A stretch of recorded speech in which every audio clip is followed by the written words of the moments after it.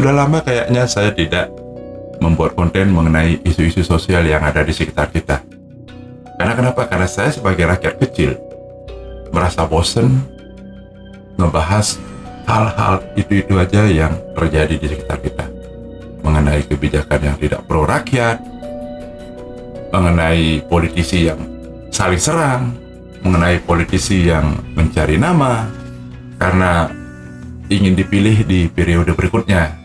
Nah, di bulan kemerdekaan ini, menjelang hari ulang tahun Indonesia yang ke-80, saya membuat konten karena ada hal yang sangat-sangat kacau di Republik Indonesia ini.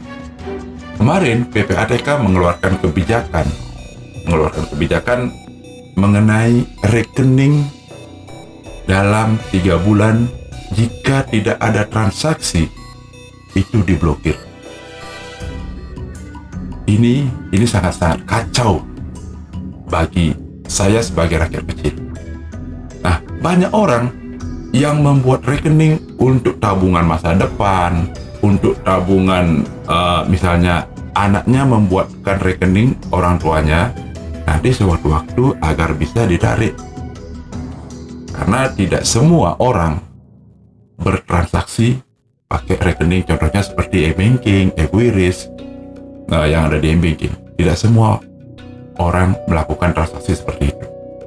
Nah, kemarin benar PPATK memblokir ratusan ribu bahkan hampir jutaan rekening rakyat Indonesia yang katanya tidak dipakai transaksi selama 3 bulan. Nah, alasan PPATK di sini yaitu agar tidak ada transaksi-transaksi yang menurut mereka melanggar hukum di sini. Salah satunya adalah judol. Pak, kalau memang judol yang ingin kalian berantas, tangkap itu orang-orangnya. Lihat di media-media sosial sekarang, masih banyak iklan-iklan judol berseliweran. Apa kalian tidak mampu untuk memberantas itu? Saya yakin kalian udah tahu orang-orangnya siapa di balik judol tersebut. Tapi kalian tidak mampu dan berdalih, malah rakyat yang kalian rugikan.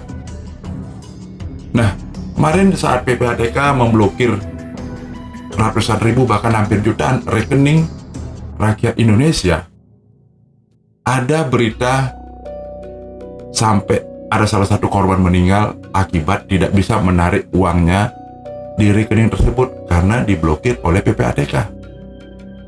Videonya banyak itu berseliweran di media-media sosial.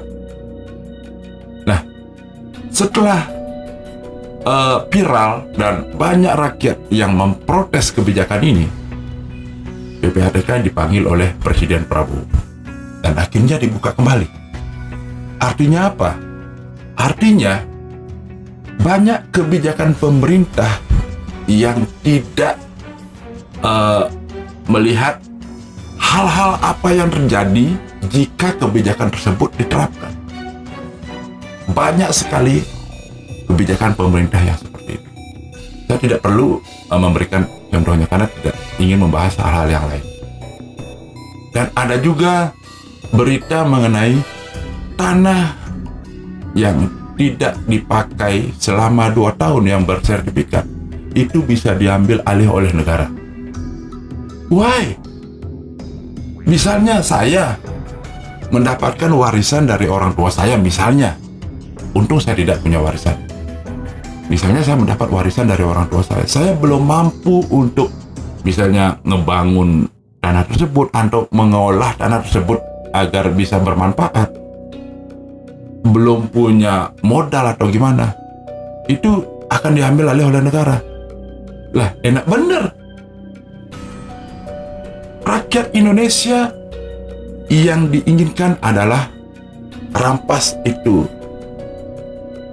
kekayaan para koruptor. Misalnya ada koruptor si A, dia sudah terindikasi koruptor. Kekayaannya dari A sampai Z itu disita dulu. disita agar tidak bisa digunakan untuk membayar pengacara, membayar hakim, dan lain sebagainya, agar tidak terjadi KKN di kasusnya tersebut. Tapi justru kenapa yang dilakukan pemerintah adalah menyita hak-hak rakyat? Ada apa dengan negara itu? Katanya Indonesia akan menuju Indonesia emas. Emas dari Hong Kong. Bahkan Ibu Sri Mulyani mempajaki hal-hal yang tidak masuk akal seperti pemakaian media sosial dan berjualan di media sosial. Semua dipajaki oleh Ibu Sri Mulyani. Katanya pajak tersebut akan kembali ke rakyat. Saya rasa tidak itu. Rakyat yang mana? Kita lewat jalan tol, kita bayar. Kita kencing di WC umum saja, kita bayar. Terus apa pajak yang mana yang bisa dinikmati oleh rakyat Indonesia? Di sini saya rasa bukan siapapun presidennya, kalau sistemnya masih seperti ini, Indonesia akan benar-benar hancur ke depan. Bahkan mungkin kemungkinan terjadi di Indonesia itu banyak wilayah-wilayah yang ingin merdeka karena mereka sudah muak dengan apa yang terjadi di negara ini, terutama pejabat-pejabatnya. Nah, sekarang di menjelang HUT RI yang ke-80, warga banyak mengibarkan bendera One Piece, bendera bajak laut, cerita fiksi ini, yang menandakan kekecewaan mereka terhadap pejabat-pejabat yang ada di Republik Indonesia. Tapi justru para aparat, bahkan kemarin Wakil Ketua Umum DPR RI menyatakan itu sebagai tindakan provokasi, bisa memecah belah bangsa.